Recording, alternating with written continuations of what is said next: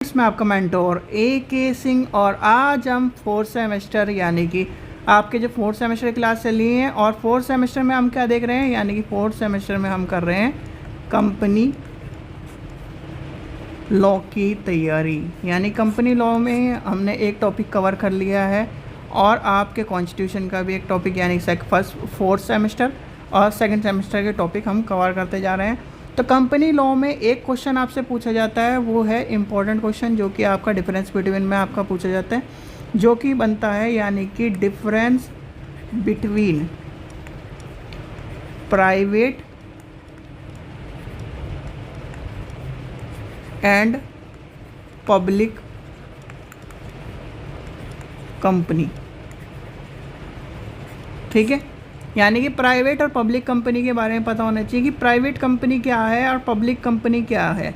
ठीक है, तो दोनों ही कंपनी किस तरह से काम करती हैं और किस तरह से वर्क करती हैं, किस तरह से चलती हैं, ये आपको पता होना चाहिए।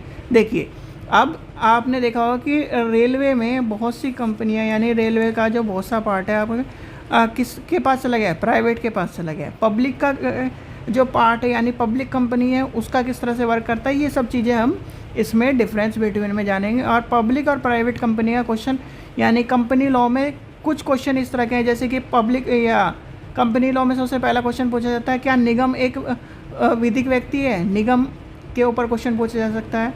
ठीक है, यानी क्वेश्चन जो है निगम क्या है, एक विधिक व्यक्ति है। विधिक व्यक्ति क्यों है, क्योंकि उसका जन्म प्रमाण पत्र बनता है, उसकी सारी चीज़ें बनती हैं, तो इसलिए उसका कहीं ना कहीं विधिक व्यक्ति के रूप में जाना जाता है। तो सबसे पहले हम लेके चलेंगे, सबसे पहले पॉइंट आपको पता होना चाहिए पब्लिक, यानी कि एक तरफ हम पब्लिक कंपनी लिख लेते हैं पब्लिक और एक तरफ लिख लेते हैं प्राइवेट कंपनी, पीवीटी लिख लेते हैं, पीवीटी। ठीक है, प्राइवेट कंपनी।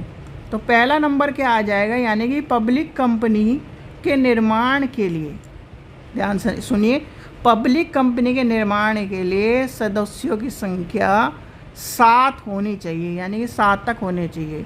ठीक है, पब्लिक कंपनी के निर्माण के लिए 7 सदस्यों की संख्या होनी चाहिए। ठीक है, और प्राइवेट में क्या है, प्राइवेट कंपनी के लिए केवल 2 चाहिए, यानी कि प्राइवेट के लिए प्राइवेट कंपनी के लिए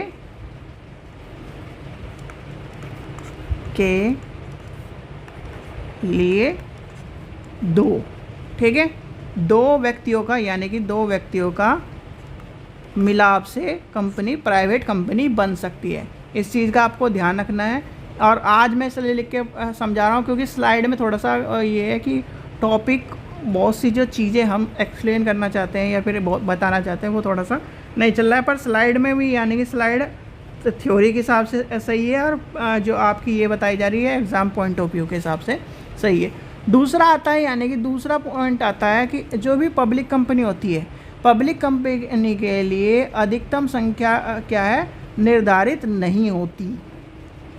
ठीक है, पब्लिक कंपनी के लिए अधिकतम यानी कि अधिकतम संख्या निर्धारित नहीं है। ठीक है, और प्राइवेट कंपनी में क्या है, प्राइवेट में यानी कि प्राइवेट कंपनी में 200 से अधिक सदस्य नहीं होते। ठीक है, 200 से अधिक सदस्य नहीं हो सकते। ठीक है, फिर आपका आ जाता है 3 नंबर। 3 नंबर क्या है, यानी कि प्राइवेट कंपनी को क्या कहीं ना कहीं जो उसके प्राइवेट कंपनी है, यानी प्राइवेट कंपनी में और पब्लिक कंपनी में हम डिफरेंस कर रहे हैं। तो भाई सबसे पहला क्या आ गया, 7 सदस्य। फिर क्या आ गया, अब पब्लिक कंपनी में कि कोई ना कोई यानी कि सीमा नहीं है। फिर हम देखते हैं प्राइवेट कंपनी में 2 व्यक्ति भी खोल सकते हैं। फिर इसकी लिमिट क्या है, 200 लिमिट है। तो ये डिफरेंस आपको याद कर लेने हैं। अब आते हैं यानी कि नेक्स्ट पॉइंट पे आते हैं। तो नेक्स्ट पॉइंट कहता है कि पब्लिक कंपनी जो होती है, यानी कि पब्लिक कंपनी, शॉर्ट फॉर्म में लिख रहा हूँ, पब्लिक कंपनी के अंशों का स्वतंत्रता पूर्वक हस्तांतरण हो सकता है। कि क्या हो सकता है, इसका स्वतंत्रतापूर्ण हस्तांतरण हो सकता है। बल्कि जो आपका प्राइवेट कंपनी है, प्राइवेट कंपनी के अंतर नियमों द्वारा ही अंशों का हस्तांतरण यानी कि हो सकता है, और उस पर भी रोक लगाई जा सकती है। ठीक है, तो लिखिए, इस पर लिखिए, यानी कि पीवीटी प्राइवेट कंपनी को अपने लिख लिए, अपने अंतर निर्णयों या अंतर नियमों द्वारा अंशों के हस्तांतरण पर रोक लगाना आवश्यक होता है। ठीक है, 3 पॉइंट हो गए। अब चलते हैं नेक्स्ट पॉइंट पे, यानी कि जो एक प्राइवेट कंपनी होती है, यानी कि प्राइवेट कंपनी पूंजी प्राप्त करने के लिए जनता को अंश खरीद करने के लिए आमंत्रित नहीं करती, जबकि पब्लिक कंपनी के अंश यानी कि अंश होते हैं पूंजी प्राप्त करने के लिए वितरण पत्रिका द्वारा जनता को अंश खरीदने के लिए आमंत्रण करती है। यानी कि आपने देखा होगा कि पब्लिक कंपनी क्या होती है, कि पब्लिक कंपनी कहती है कि जी आप हमारी कंपनी में क्या करो, योगदान दो, अपना अंश खरीदो, शेयर खरीदो, इस तरह की चीज़ें कहती है ना, कि आपको क्या है, प्रॉफिट होगा। और वो क्या करती है, पब्लिक कंपनी जनता से यानी कि पब्लिक से पैसा लेके उस कंपनी को ग्रो करती है। पर प्राइवेट कंपनी जो होती है, वो प्राइवेट कंपनी अपना ही पैसा, जैसे कि आप प्राइवेट लिमिटेड हो, तो भैया आप अपना ही पैसा लगाओगे, जनता का पैसा नहीं लगा सकते। एक होती है प्राइवेट कंपनी पब्लिक कंपनी क्या कर रही है, जनता से पैसा लेके वो तब लगा रही है काम में। तो ये क्या कह रहा है, यानी कि अंश जनता को अंश खरीदने के लिए आमंत्रित नहीं दे सकती। क्या है, छोटा लिखेंगे, जनता को अंश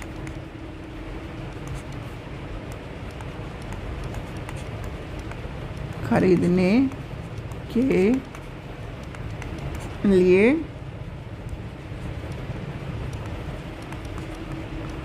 आमंत्रित नहीं कर सकती है। अच्छा, एक चीज़ और ध्यान रखना, जब भी आपका इस तरह का डिफरेंस बिटवीन वाला क्वेश्चन आए तो आपको लिखना इसी तरह है। बस शुरुआत में अगर 10 नंबर का क्वेश्चन आ रहा है, वैसे 10 नंबर के क्वेश्चन में अगर 10 नंबर के क्वेश्चन में पूछा जाता है तो आपको यानी कि पहले क्या बता देना, प्राइवेट कंपनी होती है और पब्लिक कंपनी होती है। ठीक है, एक पेज पे यानी कि डेफिनेशन दे देनी है, फिर दूसरे पेज पे क्या कर देना, आपको लाइन खींच देनी है, तीसरे पेज पे भी लाइन खींच देनी है, 3 पेज बताए थे। तो आपको क्या कर देना है, इस तरह से फिर उसका लिखना शुरू कर देना है कि ये पॉइंट बता के जितने बता रहा हूँ उस तरह से लिख देना है, यानी कि 7-8 पॉइंट लिख देने हैं। ठीक है, ये क्या है, अंश यानी कि आमंत्रण नहीं। इसमें क्या है, यानी कि जनता क्या कर सकती है, जनता खरीद सकती है, यानी कि पब्लिक कंपनी में अंश पूंजी प्राप्त करने के लिए अंश पूंजी प्राप्त करने के लिए वितरण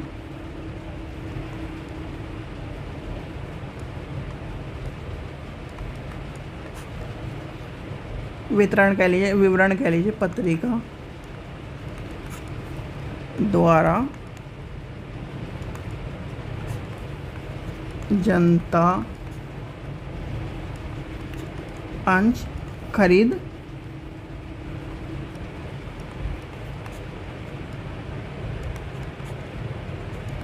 के लिए आमंत्रण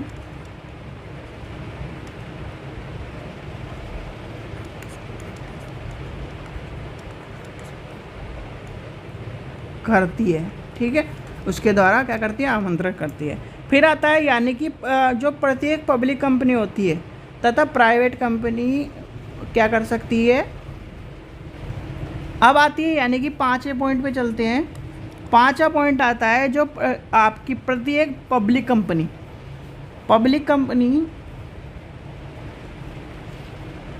4था पॉइंट, 5वां पॉइंट।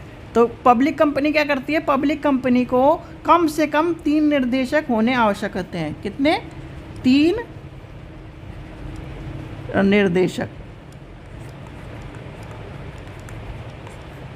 ठीक है, इसमें क्या है, इसमें केवल 2 ही निर्देशक, यानी कि 5वां पॉइंट आपका आ जाएगा 2 निर्देशक। ठीक है, फिर आता है 6ठा पॉइंट। 6ठा पॉइंट क्या है, यानी कि प्राइवेट कंपनी में 2 संचालक होने चाहिए। ठीक है, कितने होने चाहिए, 2 संचालक, 2 संचालक।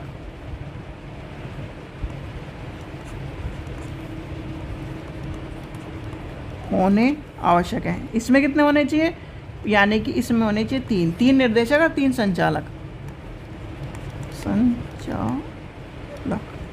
ठीक है, आवश्यक होने चाहिए।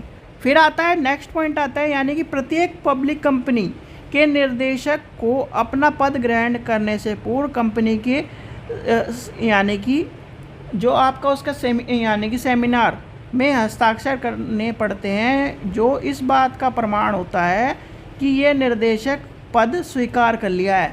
भाई जो भी उसका क्या होगा, हेड होगा, उसे कहीं ना कहीं पद के बारे में, पद की चीज़ें सारी की सारी आपने देखा होगा कि जितनी पब्लिक कंपनी है कि उसका डिपार्टमेंट अलग है, वो अगर साइन करेगा तभी आगे काम होगा।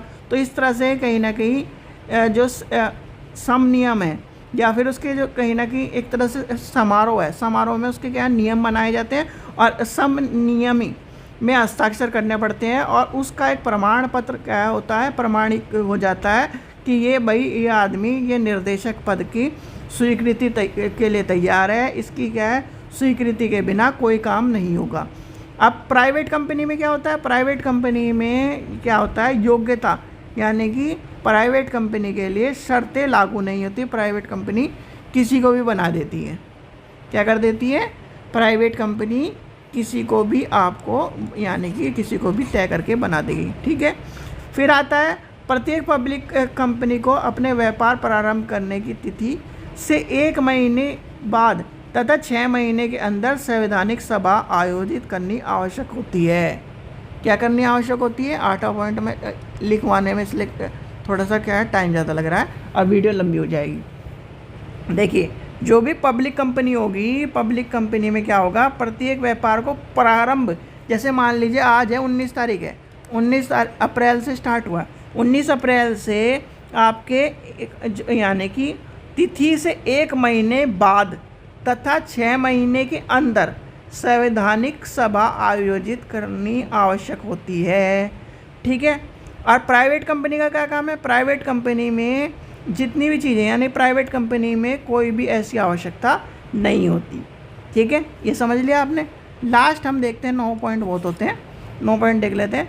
जो प्राइवेट कंपनी होती है, सॉरी पहले पब्लिक कंपनी के लिए लिख रहे हैं ना, तो पब्लिक कंपनी क्या करती है, तो पब्लिक कंपनी को पब्लिक शब्द जोड़ना आवश्यक नहीं होता। यानी कि जो आप देखते हो ना कि पब्लिक कंपनी लिखी, ऐसा जोड़ना आवश्यक नहीं होता। पर हर कंपनी के प्राइवेट कंपनी में पीवीटी लिखना आवश्यक होता है, यानी कि प्राइवेट लिमिटेड लिखना आवश्यक है। अपने नाम के साथ प्राइवेट शब्द अनिवार्य रूप से जोड़ना आवश्यक होता है। ठीक है, तो ये डिफरेंस याद कर लेना भाई, 3 सदस्य, 3 निर्देशक, 3 संचालक। ठीक है, ये आपका आ गई। फिर कोई भी किसी को भी उठा के क्या नाम बना सकती है प्राइवेट कंपनी कि भाई ये हमारा ये साइनिंग अथॉरिटी हो गया, ठीक है। 7 सदस्य वाली कहानी समझ में आ गई। 7 सदस्य होते हैं पब्लिक कंपनी में, और जो ये प्राइवेट कंपनी है उसमें 2 सदस्य मिलकर बना सकते हैं, ठीक है। प्राइवेट कंपनी में क्या हो गया था 200 सदस्यों की लिमिट थी। पब्लिक कंपनी में क्या है, ऐसा कुछ नहीं है, ठीक है। फिर आपका क्या है, पब्लिक कंपनी में कम से कम निर्देशक कितने होने चाहिए, 2 होने चाहिए। पब्लिक में 3 होने चाहिए। प्राइवेट कंपनी क्या है, संचालक कितने होने चाहिए, 2 होने चाहिए। पब्लिक कंपनी में क्या है, 3 होने चाहिए, ठीक है। यह आपके कहीं ना कहीं इस तरह की बात आती है। यानी कि अच्छा पैसा किस तरह लेती है पब्लिक कंपनी पब्लिक से ले लेती है। प्राइवेट कंपनी का खुद का पैसा होता है, वो उस तरह लगाती है, ठीक है। तो ये सब चीज़ें 6 महीने के अंदर, यानी कि पब्लिक कंपनी अपने व्यापार के प्रारंभ होने से 6 महीने के अंदर संवैधानिक सभा आयोजित करनी आवश्यक होती है। प्राइवेट कंपनी के लिए कोई आवश्यकता नहीं है, ठीक है। फिर आती है कहीं ना कहीं प्राइवेट कंपनी को प्राइवेट सब जोड़ना ज़रूरी है, और पब्लिक कंपनी को प्राइवेट यानी कि पब्लिक लिखना ज़रूरी नहीं होता। तो ये डिफरेंस आपको पता होने चाहिए, ये क्वेश्चन आपका पूछा जाता है। और जितने भी डिफरेंस के क्वेश्चन हैं, यानी कि डिफरेंस बिटवीन में क्वेश्चन जब लिखोगे तो उत्तर लिख के, अगर मैं इसी उत्तर की बात करूं तो प्राइवेट सबसे पहले लिखोगे प्राइवेट कंपनी, यानी प्राइवेट कंपनी से हमारा अभिप्राय ये है, ठीक है, बता दिया। पब्लिक कंपनी से अभिप्राय ये है, यानी कि एक पेज आपने पूरा खा लिया इस तरह से। फिर क्या करना है, सेकंड पेज पे आना है, सेकंड पेज पे लिखना है, सेकंड पेज पे प्राइवेट और पब्लिक कंपनी में अंतर, ठीक है। Difference between private company and public company, यानी प्राइवेट और पब्लिक कंपनी लिख दिया। फिर आपको क्या कर देना है, लिखना है पब्लिक कंपनी एक तरफ और एक तरफ प्राइवेट कंपनी, लाइन खींच देनी है, पॉइंट वाइज लिखना शुरू कर देना है, ठीक है। दूसरे पेज पे भी इस तरह ही लिखना है, यानी कि 3 पेज का बताया था मैंने। जो भी अभी तक नहीं देख पाया है उस वीडियो को कि आंसर राइटिंग किस तरह लिखनी है, आंसर राइटिंग वाली वीडियो ज़रूर देख लो। फिर क्या कर देना है, यहाँ से लाइन खींच देनी है, फिर आपको शुरू कर देना है।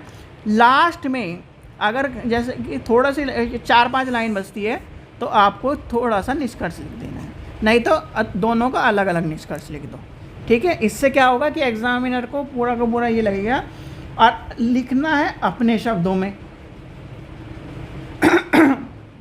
सॉरी, आंसर जितने भी लिखोगे अपने शब्दों में लिखना। यानी कि अगर आप कोई भी क्वेश्चन बैंक ले रहे हो, क्वेश्चन बैंक की परिभाषा लिख रहे हो या क्वेश्चन बैंक की लैंग्वेज लिख रहे हो, तो बिल्कुल भी ऐसा करना मत, क्योंकि जब भी एग्जामिनर कॉपी चेक करता है उसने कई किताबें, कई चीज़ें पढ़ी हुई हैं, उसने जो आप क्वेश्चन बैंक पढ़ रहे हो वो भी पढ़ा हुआ है, सब चीज़ें पढ़ी हुई है। उसे चाहिए ऑन वर्ड। अगर अपने वह शब्दों में लिखोगे तो कहीं ना कहीं आपके शब्दों में उसे समझ में आया कि भाई इस समय इसने पढ़ा है और अपने शब्दों में लिखा है। अपने शब्दों में लिखो, चीज़ें वही लिखनी है आपको, ठीक है। कानूनी भाषा में भी लिखनी तो वही है, ठीक है भाई। एक्ट तो है, एक्ट ही लिखोगे, पर यह है कि थोड़ा सा जो चीज़ें उसके अंदर हैं वो अपने शब्दों में लिखो, ठीक है। चलिए, आशा करता हूँ आपको वीडियो पसंद आई। वीडियो पसंद आई तो लाइक करें, चैनल को सब्सक्राइब करें, वीडियो को ज़्यादा से शेयर करें। और जो भी स्टूडेंट LLB 4th सेमेस्टर के स्टूडेंट हैं, 4th सेमेस्टर के स्टूडेंट, इतना ध्यान रखिए कि सबसे पहले इम्पॉर्टेंट चीज़ है जो आपको क्या करना है, प्रीवियस ईयर को रटना है। प्रीवियस ईयर इंग्लिश और हिंदी में आपको चैनल पर मिल जाएंगे, जाकर आप वहाँ से ले सकते हैं। मात्र 100 रुपये में आपको सारे के सारे प्रीवियस ईयर देखने के लिए मिलेंगे, यानी कि सारे के सारे प्रीवियस ईयर देखने के लिए मिलेंगे, सारे के सारे। और ये इस बार आपके लिए इंग्लिश मीडियम वालों के लिए भी पेपर है और हिंदी मीडियम वालों के लिए भी पेपर लाए गए हैं। तो आपके सारे सेमेस्टर के पूरे पेपर आपको देखने के लिए मिलेंगे। और आपको क्या करना है, यानी कि पेमेंट करने के बाद आपको स्लिप व्हाट्सएप नंबर पर भेज देने हैं। विदिन 24 आवर में आपकी जो पाँचों की पाँचों बुक हैं वो आपके गूगल ड्राइव पर पहुंच जाएंगी, ठीक है। तो ये ऑफ़र आपका 100 रुपये वाला लाया गया है, जाकर आप पहले बुक ले लीजिए। प्रीवियस ईयर को सारे के सारे रटना है, और जो क्लास कराई जा रही है वो आपको देखने के लिए मिलती जाएंगी, धीरे धीरे इसलिए कराई जा रही है। एक तो जो और बहुत सारे बच्चे एग्ज़ाम की डेट के लिए कह रहे हैं भैया 27 तारीख क्या है, 27 तारीख से एग्ज़ाम स्टार्ट हो रहे हैं सेमेस्टर के। तो सेमेस्टर के एग्ज़ाम स्टार्ट हो रहे हैं, तो LLB के भी स्टार्ट होने वाले होंगे, या तो आपके 1 मई के स्टार्ट हो जाएंगे, क्योंकि सेमेस्टर के एग्ज़ाम 27 मई के आसपास से स्टार्ट हो रहे हैं, कितनी बार मैं आपको कह चुका हूँ। तो उसी बीच आपकी भी डेट शीट आ जाएगी। ठीक है बच्चों, अपनी तैयारी अच्छी तरह कर लेनी है, जल्दी जल्दी कर लेनी है। आशा करता हूँ आपको वीडियो पसंद है। ये वीडियो पसंद आई तो लाइक करें, चैनल को सब्सक्राइब करें, वीडियो को ज़्यादा से शेयर करें। और जो क्वेश्चन पेपर है, अनसोल्ड क्वेश्चन पेपर का PDF आपके टेलीग्राम चैनल पर डाला जा रहा है, तो वहाँ से ज्वाइन कर लीजिए। और आपके चैनल पर भी शॉर्ट्स में सारे आपके क्वेश्चन पेपर डाले जा रहे हैं। सॉल्यूशन आपका क्या है, लिंक डिस्क्रिप्शन में दिया गया है, नहीं तो बीच में आपको देखने के लिए मिला होगा, उस पर QR को स्कैन कर लीजिए। और QR को स्कैन करके आपको टेलीग्राम चैनल पर भी उसका नोटिफिकेशन पड़ा हुआ है, तो वहाँ से जैसे ही आप पेमेंट करोगे आपको बुक मिल जाएगी। ठीक है बच्चों, चलिए, थैंक यू।